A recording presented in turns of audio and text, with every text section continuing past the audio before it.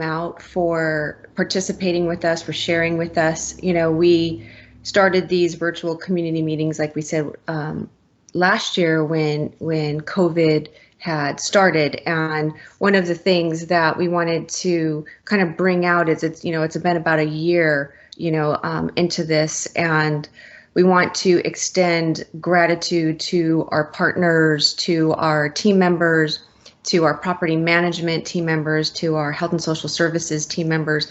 It's been very uplifting and exciting, I think, for all of us as the economy starts to open up, as the medical community starts to kind of calm down a little bit. We are aware of still our mission and our responsibilities, and we continue to take that very seriously.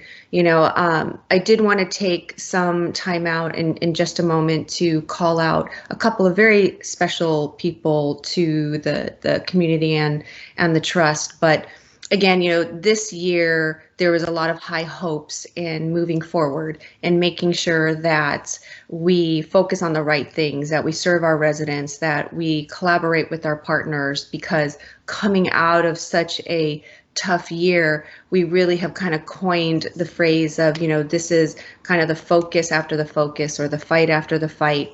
And a lot of us are really kind of collaborating in the industry to make sure that we push through on some of the economic challenges and some of the financial challenges and some of the humanistic challenges that our community, that Skid Row, that Los Angeles is facing. Thank you for everyone that's continuing on with that support and that focus. Thank you for everyone that continues to stay in the field and transition into supporting our residents, to making sure that we have healthy, strong relationships with our partners.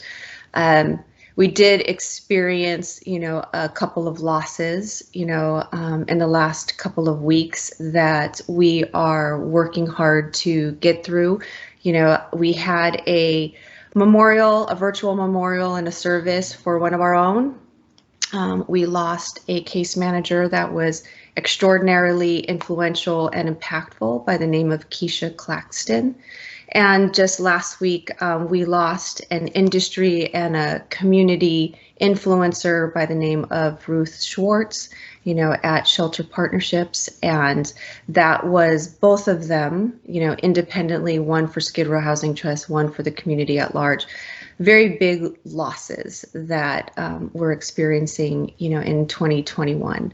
So I would just like to take a 10-second moment of silence for both of them, and honoring what they brought to the community, what they brought to the industry, what they brought to our residents, what they brought to everything, as it relates to our mission and what we fight and serve for every day.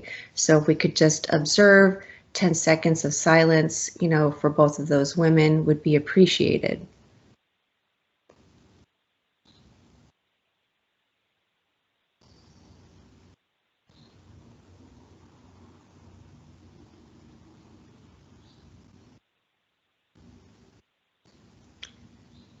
Thank you, everyone. Again, our hearts go out to our own with Keisha, and equally our hearts go out to Shelter Partnerships that's going through their loss over the weekend and this week. So going to turn this over to Jet, so that she can introduce two extraordinary speakers and talkers, as it relates to some of the things that we want to do moving forward. Again, always embracing and appreciative of those that want to continue on and make things right and better. Very excited about today. And with that, I'm going to turn it over to our own Jet Doi. Thanks, Lee. Thanks also for remembering Keisha and Ruth to lead us off today. I have the distinct pleasure of introducing our guest speakers, and we could not be more excited about this. For those of you who don't know, Roadmap Home 2030 is an extraordinarily ambitious in its scope partnership being led by Housing California and California Housing Partnership, and generously funded by the Hilton Foundation. the James Irvine Foundation and the Chan Zuckerberg Initiative. And our speakers today will be sharing more about this, but they just launched on the 25th, and so we're excited to have them just 4 days after launch. The vision for Roadmap Home demonstrates how over the next 10 years the state can end homelessness, create affordable homes for those struggling the most, ensure that Californians can stay in their homes, and advance racial equity and economic inclusion, creating a California where everyone can thrive. And the goals are massive. We're talking about creating 1.2 million new affordable homes, protecting 1 million low-income renter households, ending homelessness, and closing racial equity gaps. And today's speakers, you'll bear with me a moment. Mark Stivers joined the California Housing Partnership in 2019 as the Director of Legislative and Regulatory Advocacy. In close coordination with nonprofit and government partners, as well as state housing leaders, Mark uses his 23 years of experience in the field to help develop and advance a comprehensive agenda of legislative and regulatory solutions to the state's affordable housing crisis. Mark most recently served as the Acting Deputy Director for the Division of Financial Assistance at the California Department of Housing and Community Development, where he oversaw the department's program design, award, loan closing, and monitoring efforts for more than 20 loan and grant programs. From 2015 to 2018, Mark was the Executive Director of the California Tax Credit Allocation Committee, responsible for the administration of California's low-income housing tax credit program. Prior to his tenure at TCAC, Mark served 16 years as the primary housing consultant to California State, where he focused on land use and affordable housing legislation. Mark began his career as a fair housing counselor with 2 Bay Area nonprofit housing organizations. Christopher Martin joined Housing California in August of 2017 as a legislative advocate with a focus on California homelessness policy. Chris now leads Housing California's policy team as well as the policy director. Prior to joining Housing California, Chris worked as executive director for Friends of the Shawnee National Forest in Southern Illinois, advocating for public lands and sustainability. Chris has worked in the state capitals of Illinois and Michigan and the U.S. Capitol in Washington, D.C. While in D.C., Chris worked for then Representative Tammy Duckworth to secure funding for homeless veteran care for various non-governmental organizations in Illinois and around the country. After working for the congressperson, Chris started with JDRF Advocacy as a grassroots coordinator to advocate for federal type 1 diabetes research funding and support programs assisting those affected by the disease with which he lives. While in this position, he supported and managed volunteers along the West Coast, including in California. Chris now serves on the board of the JDRF Northern California Inland Chapter as their advocacy team chair.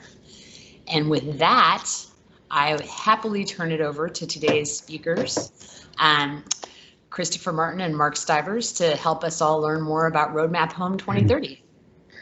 Thank you very much, Jet. I really appreciate it, and I'm sure Chris does too. We did bring a slide deck, and Erica, if you can allow me to share, or if you could maybe pull up the slide deck that I emailed you just a little bit ago, that would be great.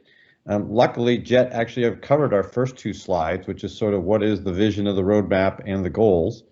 So that will be very helpful.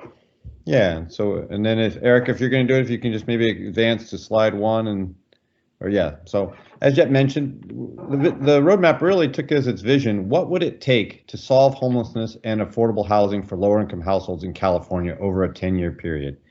Why don't you go ahead and advance, please?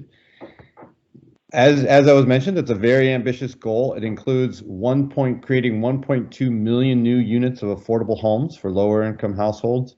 It means protecting 1 million renters, ending homelessness for, it says here 150,000, but we know that now the number is at least 161,000 as of the latest point in time count. And while doing this, we're also wanting to address racial equity. That's something that is not just front and center in California today, but is something that is long, long overdue in our history. If you can go ahead and please advance. And so we came up with 57 different policies that together actually achieve these goals. They are ambitious. We've broken them down into 5 different categories, which we'll kind of go through here in a little bit.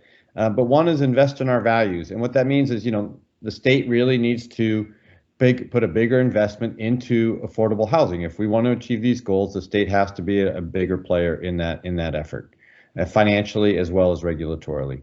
Promoting fairness is that we're not just asking the state to fund this money out of its general fund. We are proposing revenue solutions that will bring money to the table. And we have a number of kind of revenue increasing proposals that also are framed in an equity mindset, that we're wanting to sort of corporations to pay their fair share, upper income individuals to pay their fair share, and try and, as we raise money, not put the burden of those increased revenues on those who can least afford it. Reimagine Growth deals with sort of how we use land in California and how do we make affordable housing sort of more, how do we identify more sites of where affordable housing can be built, and how do we streamline the process to get entitlements for those sites.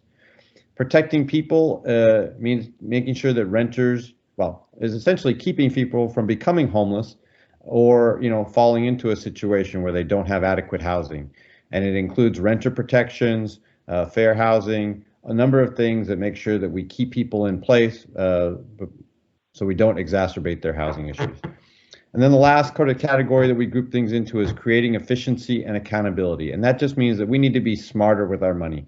We need to be, smarter with the way the state funds affordable rental housing. We need to be smarter with the way that we address homelessness. And we have a number of proposals in all of these areas. If you can please advance. So when you roll up all of these proposals, all 57, the state would need to invest about $18 billion per year to address its affordable housing and homeless needs over this 10-year period. But when you put that in context, that is similar to what the state spends today on its public universities.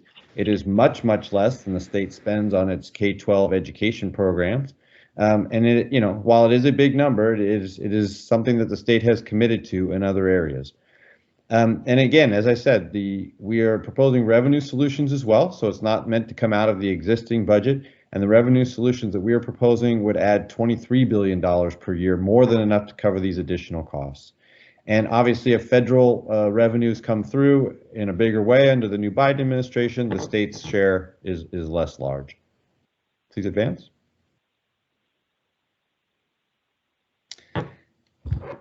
And what do we get for these investments? Well, not only do we meet the goals that we set out, 1.2 million homes for lower income Californians and ending homelessness, but we also help 50,000 low and moderate income Californians purchase homes. We protect 145,000 affordable homes from entering the speculative market.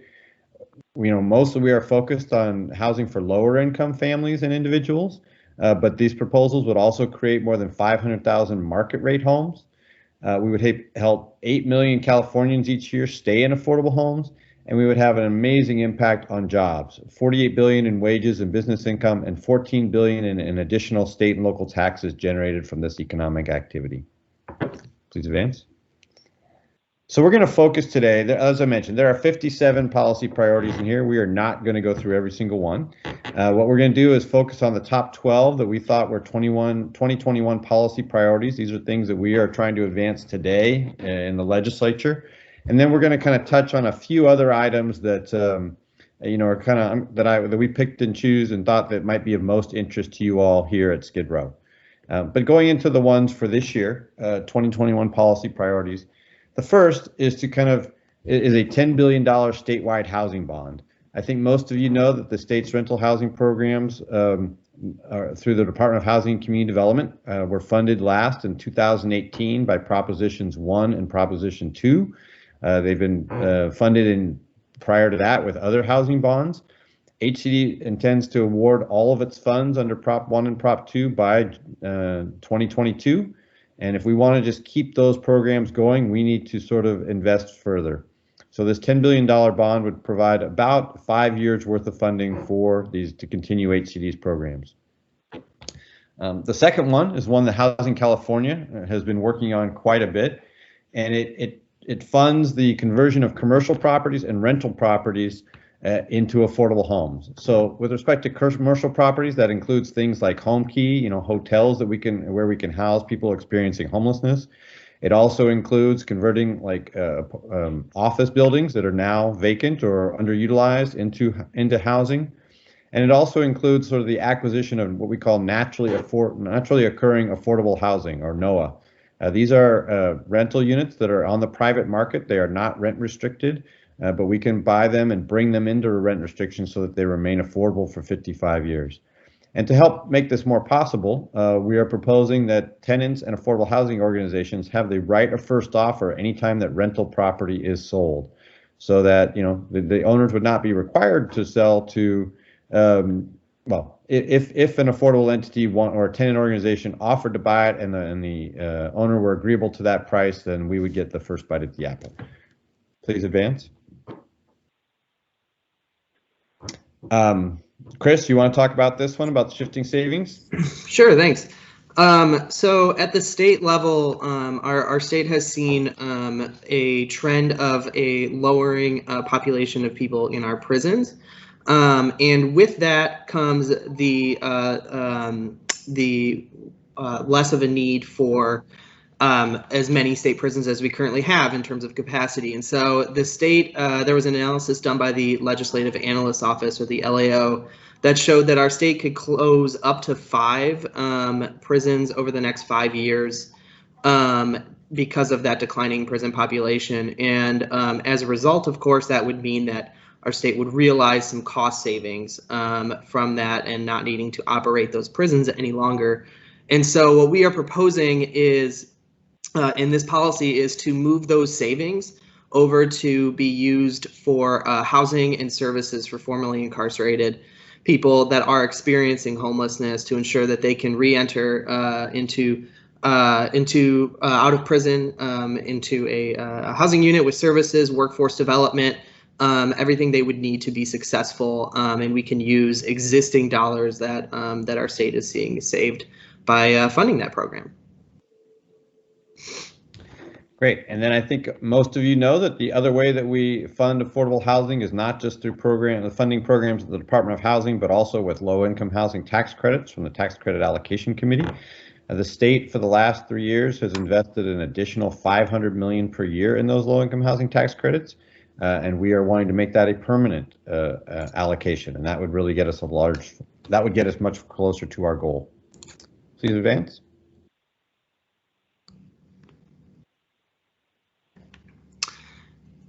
This next one is looking at an ongoing source to address homelessness in our state. We've seen one-time investments over the last few years in the HEAP program in 2018, and then the HAP program following that, and then of course Home Key in recent memory. And these one-time allocations are just really hard to make work and make sustainable, effective, and so we're looking at funding a permanent, ongoing program that provides for the range of uses that would lead to results and get people the housing and services that they need.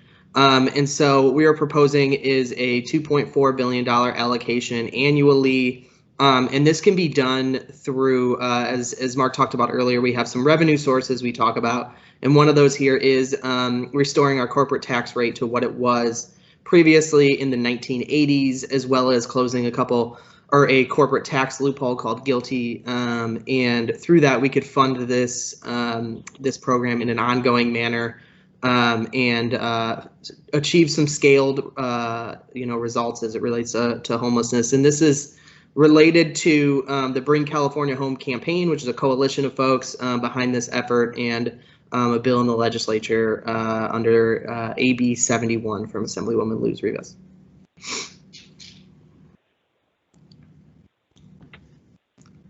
Mark, you're muted. Thank you. So we also want to make it easier for local governments to raise their own revenues. I think most of you are familiar with in the city of Los Angeles, the voters approved Measure HHH, which provides a lot of money for the development of housing for persons experiencing homelessness. That was subject to a 2/3 vote requirement. which is very difficult to get in many parts of the state and even not even easy in Los Angeles. And we would like the vote threshold to be lowered to 55%, which is the same that applies with education bonds. So if a school district is going to put a bond on the ballot, we only need 55% approval. Here in California, we need 67 for affordable housing. We would like housing to be treated the same as education. If any of you were following, in San Diego last November, a bond passed with 57% of the vote. And of course, that was insufficient to be enacted due to the 2/3 vote requirement. We would have had $900 million available just in San Diego had this measure been in place. Erica?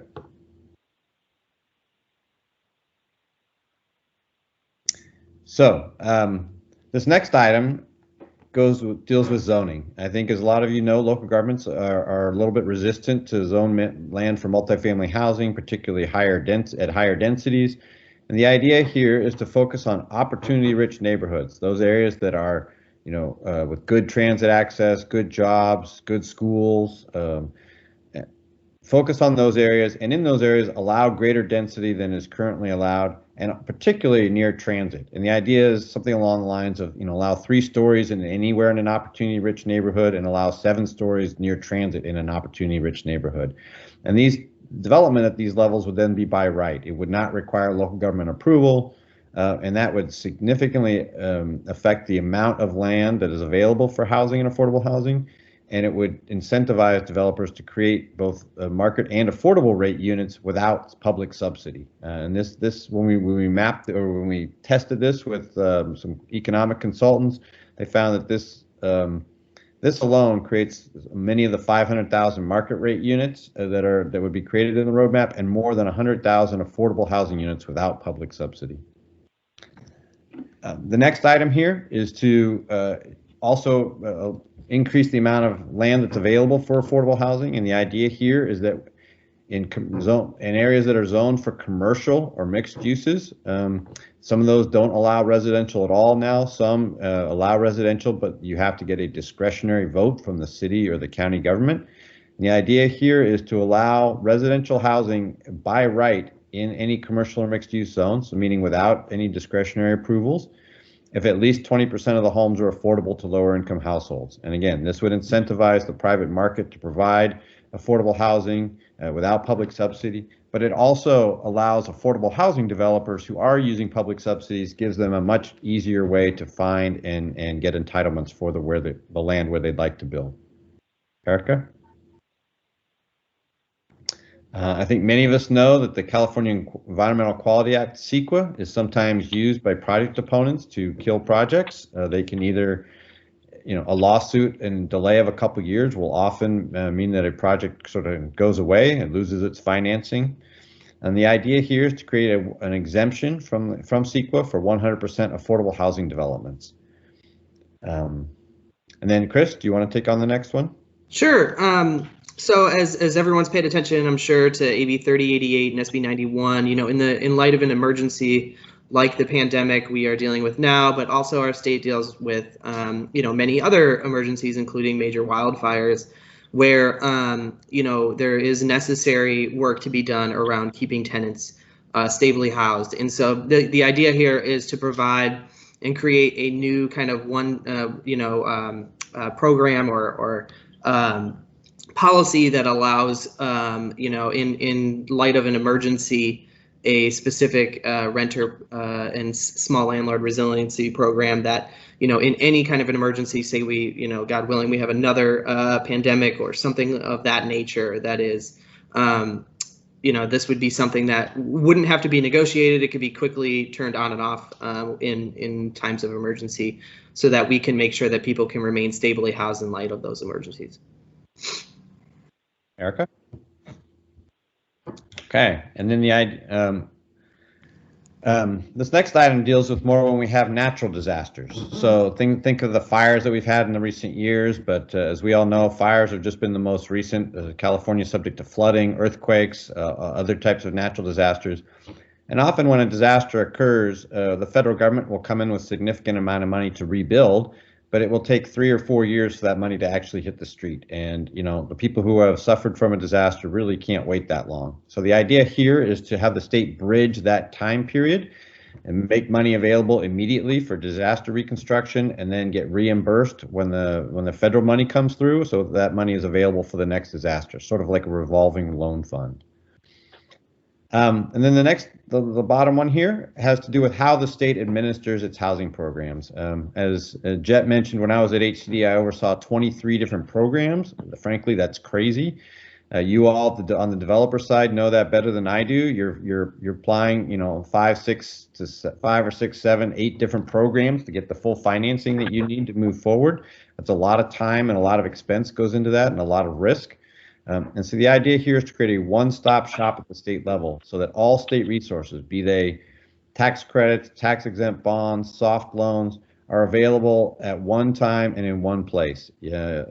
Projects would apply to a kind of a central location with their project. The state would pick the projects it wants to fund, and then it would give them all the funding they need to move forward, whether, again, tax credits, bonds, or soft loans, and respecting the developer's choices in terms of which sources of money they are open to. Erica? All right, so those are the top 12 policy priorities for 2021. As I mentioned, there are 39 other things in this roadmap. We're not going to go through them all. I'm just going to touch on some of the ones that we highlighted that we thought might be of most interest to you. But again, we've talked about the housing bond. We've talked about increasing state low-income housing tax credits.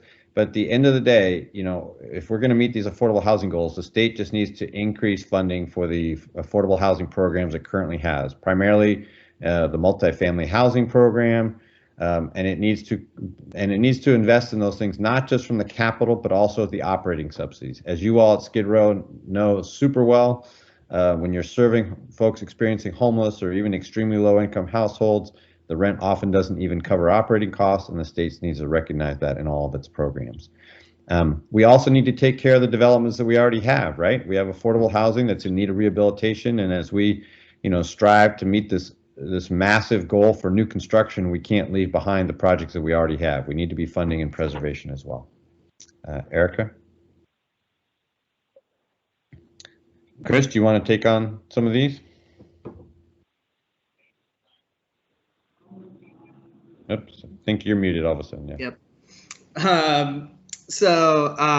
This first one is about our state is kind of, I'm sure many of you know, embarking on a journey called Cal-AIM, re-envisioning how we do Medi-Cal in our state. And what we are proposing is a benefit within Medi-Cal that would provide housing navigation and tenancy support services that can be coupled with housing supports. And this could be funded through Medi-Cal. Right now, it's being proposed through what's called in lieu of services, which is not necessarily an entitlement or a benefit. And what we think to be most effective in addressing this issue is to make this a benefit so that it is not something that is optional. We want people to be able to access this regardless. And the second one here is about housing stability benefit. We've talked about providing that anybody be able to receive a rental assistance based on need in their as somewhat of like a housing as a human right vision. And so the idea here is to create this benefit to provide this targeted at specific AMIs and see the success rate of it, and then potentially scale that in future years. But the idea here is to start with a housing stability benefit in a small targeted kind of beginning stage project here to see whether it's feasible, and then learn the results from it and potentially scale it over time. Erica? We're going to go ahead and skip this slide, but it has a bunch of home ownership items on it, I will say. One of the equity strategies we have is promoting home ownership, and at home ownership is the one place where we kind of go up into the moderate income category as well. But back on the reimagined growth, again, how we use land use. We talked about by right housing in commercial zones, but obviously cities and counties identify housing in residential zones to meet their regional housing needs. And the idea here is that that those sites should allow affordable housing development by right. We also think that if a city or county turns down an affordable housing project, right now there's a good state law, the Housing Accountability Act, that says a city can only do that for one of 5 very narrow reasons.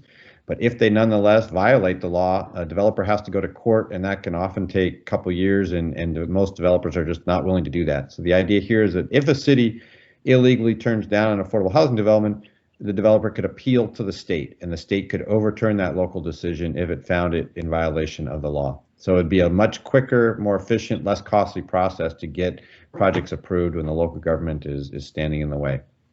And then we also know that development impact fees are a major cost driver in affordable housing, and they do provide needed infrastructure at the local level, so they're not necessarily a bad thing, but that all comes out of our affordable housing resources. And the idea here is to incentivize local governments to waive impact fees for affordable housing developments, as long as the state would reimburse the cities or counties 50% of that amount. So one, it's a sort of a shared burden. The local government would provide the waiver, but wouldn't take the full hit. They would only take half of the hit, and there would be money available to help meet those infrastructure needs. Erica? Chris, do you want to take this one? Yeah, this is expanding upon the tenant protections piece of this, and providing people somewhat of a legal right to counsel for them in cases where they are facing eviction. And so, yeah, I don't know that there's much to expand upon there, but yeah. Yep. Erica?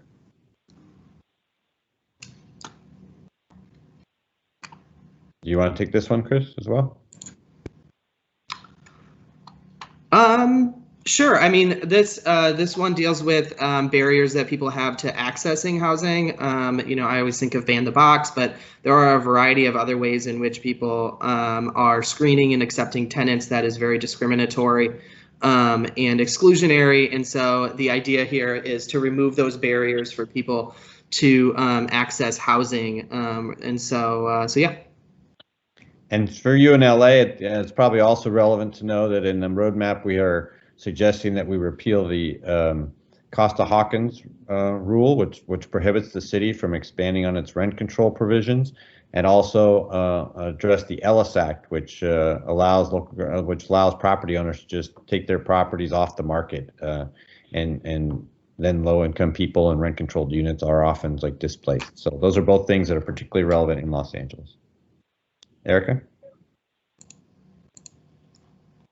Why don't you just keep going? Go ahead and advance again, please. All right. Chris, you want to take on homelessness efficiency? Yeah, sure. So this is the idea, as Mark talked about with the amount of state housing programs, there are somewhere in the neighborhood of about 30 different programs that are administered by 9 different state agencies and departments. So even outside of HCD, there are dozens of housing and homelessness programs. And so the idea here is to both, create some efficiency and effectiveness in how those programs are administered, so that we can have kind of a single point of authority and a single application process that streamlines all of that. But also in tandem with that is to make sure that we're funding in a standardized version of what we consider housing and service models, so that we have right now we have different agencies and departments administering resources around housing in different ways that creates often contradictory ways. And so the idea here is to create a standardized method of housing and services, so that we are consistent across state agencies and following evidence-based practices. And Erica, maybe you can advance 2 slides forward to the next highlighted one.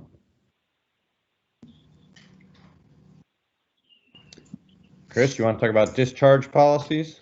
Yeah, so this is looking at making sure that people that are in state systems, I think of, whether it be the foster care system, the criminal justice system, and other, there's also health, related institutions, and making sure that when they are exiting those systems, that they have the support they need to be discharged in a way that's going to allow them to be successful and avoid discharging them into homelessness. We see often that without this discharge planning and without the resources, that people are falling into homelessness. And we want to make sure that those processes are making sure we don't let that happen. Great, thank you. So that was the end of the ones that we're going to highlight for you today.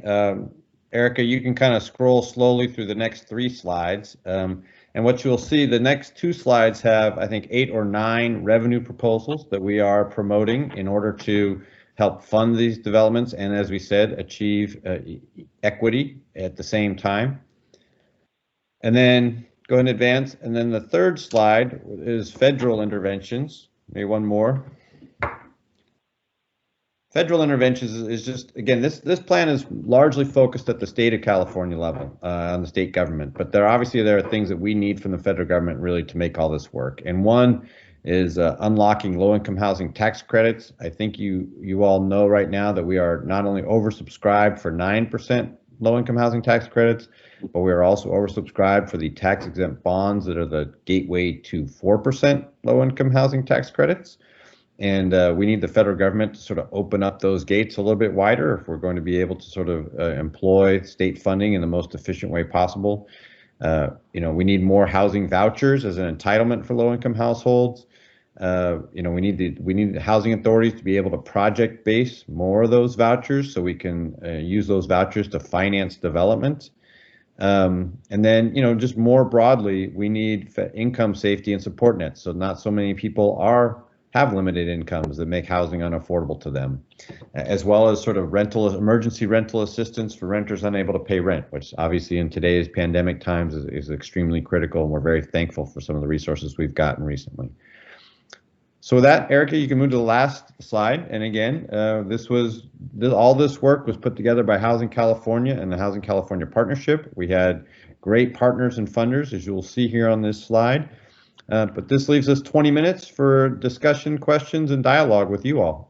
We wanted to sort of run through the major elements of the roadmap.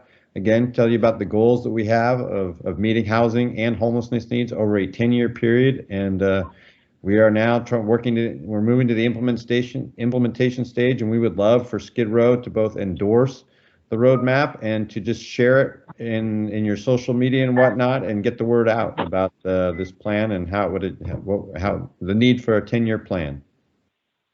Mark, thank you so much for that. We are Roadmap Home endorsers, and we're very excited to participate and thrilled to have you and Chris here with us today, especially just 4 days after the launch. Mm-hmm. So we typically do some calls to action and then Q&A. And so, Erica, there it is.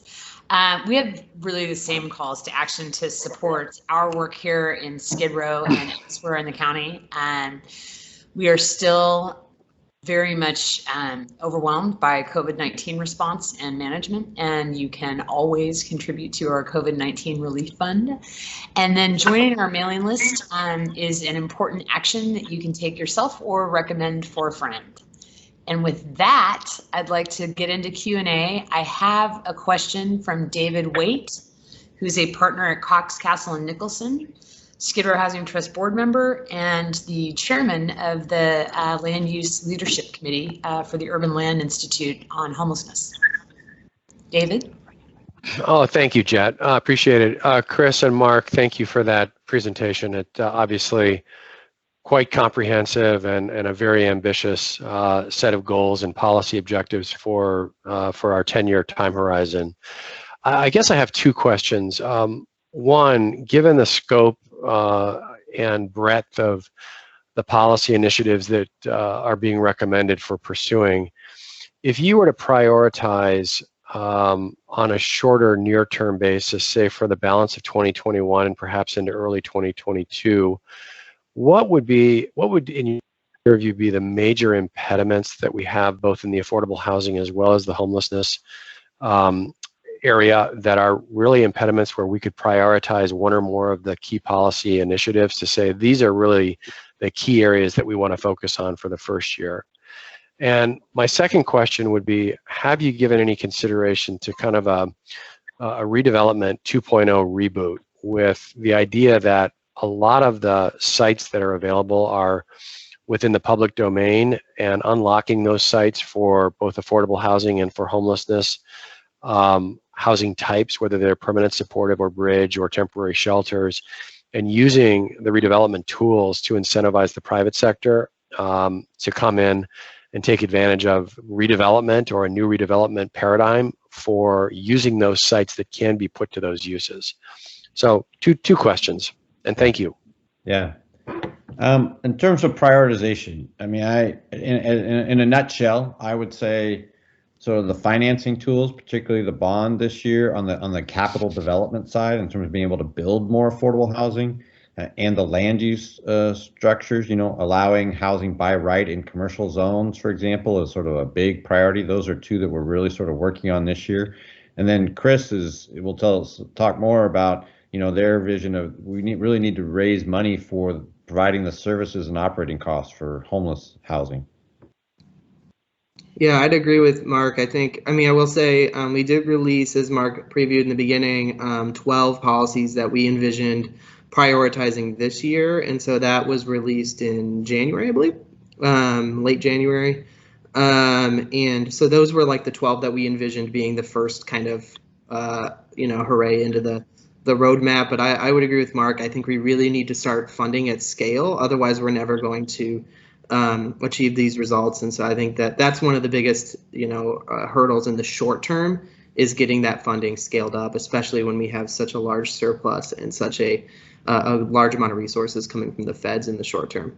Now I'll let Mark take the redevelopment piece. Yeah, well, and just to finish up on that prioritization question, I mean, to build affordable housing, you need land and you need entitlements. And so those are really two things that we're focusing on. And then to serve people who are experiencing homelessness, you really need to be able to provide the services and the operating expenses too. So that's kind of where our nuts and bolts are. I will say another priority this year is that trying to, streamline the state funding process and get to this one-stop shop that I mentioned. That's actually sort of a big focus as well. I think it's going to take some time, but we all know that we need a more efficient system of state finance. With respect to redevelopment, we have been, ever since redevelopment went away in 2012, we at the partnership have been very supportive of trying to bring it back. But I think we're ready to move on a little bit, is maybe the way I would put it. There's a couple things. We just have not really gotten much traction in the legislature on that topic. There's a sort of a second point, which is, under the old redevelopment, only 20% of the money went to affordable housing. So that means, we spend all this effort trying to raise money for redevelopment and 80% goes to non-housing purposes. And I think we've decided to focus on just raising money with 100% of it going to affordable housing. So that's been a little bit more of our focus of late. But that includes money both at the state level and at the local government level. We didn't talk about it a lot here, but this does envision, the roadmap does envision having significant amounts of funding for local governments to contribute to affordable housing, much more than is done currently under SB2, the $75 recording fee. And it also, includes the ability of local governments to raise their own money, as we talked about, by reducing the vote threshold on local bonds. And probably the one tool of redevelopment then that would be missing, even if we'd done those things, is just the ability to assemble land through eminent domain. And so we did not include that in the roadmap. We seem to be having sites, but we have done a lot of work, as you mentioned, about freeing up sites that are already owned by local governments. Our partners at the Nonprofit Housing Association of Northern California have really spent a lot of effort reforming the laws around excess local government property to make it affordable housing a priority. And I think, as you know, the state has embarked, under the Governor Newsom, has embarked on a process to really make all excess state sites that are out there that are appropriate available for affordable housing. And the staff at HCD is working on that well, we're putting a lot of work into that right now. Thank you, Chris. Thank you, Mark. I appreciate those responses. Mm-hmm. Wow, thanks, David, and thank you, Chris and Mark. That was fantastic. I do have another question from Marty Borko, who is the Executive Director of ULI Los Angeles, and he was hoping you could address the role of the private sector in implementing any of these policy priorities. Yeah. So first of all, I think in the affordable housing realm, we are very bullish on sort of the private sector, meaning, you know, affordable housing developers, be they for-profit and nonprofit, to contribute to the cause. But you know, as I mentioned, the roadmap is not looking, while it's focused on affordable housing, it actually has ancillary benefits for market rate housing too, and that include affordable. And as I mentioned, the upzoning proposal, where in higher opportunity neighborhoods we would allow greater densities, and you know, allowing development in commercial zones. All of those are really sort of market-based strategies. They rely on private developers to bring their capital to the development, give them benefits in terms of additional density and additional streamlining, and then we capture some of that value that we create in the form of affordability. And so I think those are areas where we are really relying on the private, even for-profit, you know, market rate sector to provide affordability by giving them some incentives to do that. Thank you for that. For anybody on the line who has questions, please let me know in the chat. I do have one remaining question so far. I'd love to hear you talk more about Medi-Cal expansion, specifically related to expanding services and housing navigation. Yeah, I mean, right now, I'm sure many are aware of the Whole Person Care Program and the Health Homes programs, both of which will be shutting down soon. They were time limited.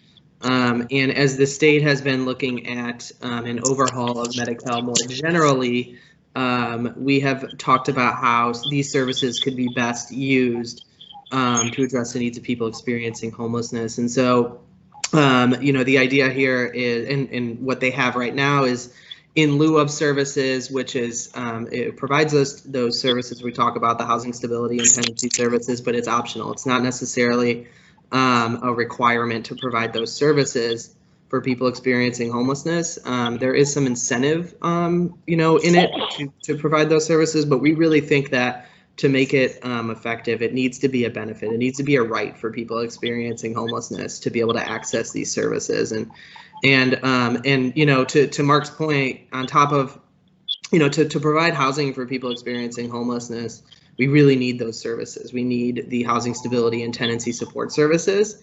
And if we can fund those, which we can through Medi-Cal, it will save the state a lot of money. It will make sure that our systems are working efficiently, and make sure that our developments can pan out and that people can remain stably housed in those units. So that's really the vision there. The state is on this project. You know, it's going about it right now. It was anticipated to be finished up by now, but of course, COVID-19 hit and our health agency had to take a different direction in terms of their priority for the year. So they are continuing to push this forward this year, and it sounds like they will try and wrap it up this year. But we are going to continue to push that this be a right and a benefit for all people experiencing homelessness. Thank you for that. I have another question from Candace Cable, our Skid Row Housing Trust ambassador and Olympic and Paralympic Hall of Famer.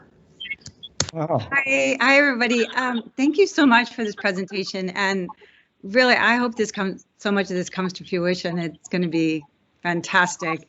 You mentioned about making sure that disability inclusive was, you know, up front. And one of the ways I'd like to make a suggestion for you is using accessible, affordable housing is a really great term to use to really keep it out in the right in front and center when we talk about being inclusive around disability. So if we say accessible, affordable housing instead of just affordable housing, you really get people's attention, and then you can explain what it is.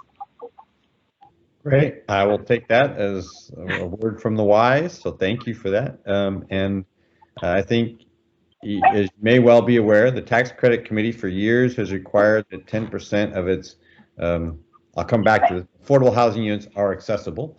And they just increased that requirement for new construction to 15%. And so, you know, one of the ideas in the roadmap is to expand that provision across all state programs, although most developments now do use tax credits, so they would be subject to the 15% accessibility requirement. But we're also wanting to go beyond that and make sure that those accessible units are that, people with disabilities have priority for those units, right?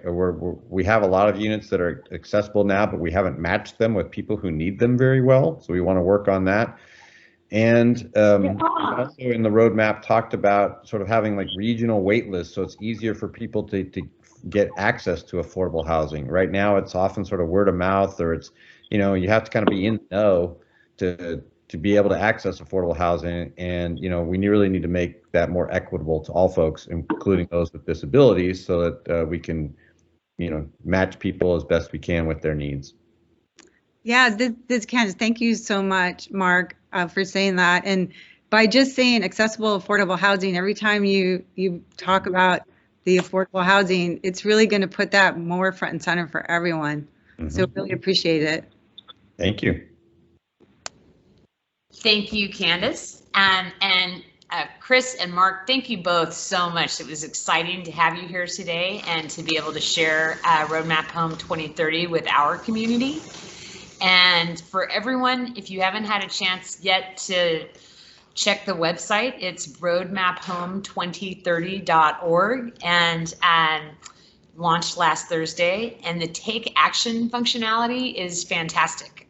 If you like what you heard today, it is very easy to send an email to your state legislators based on your zip code.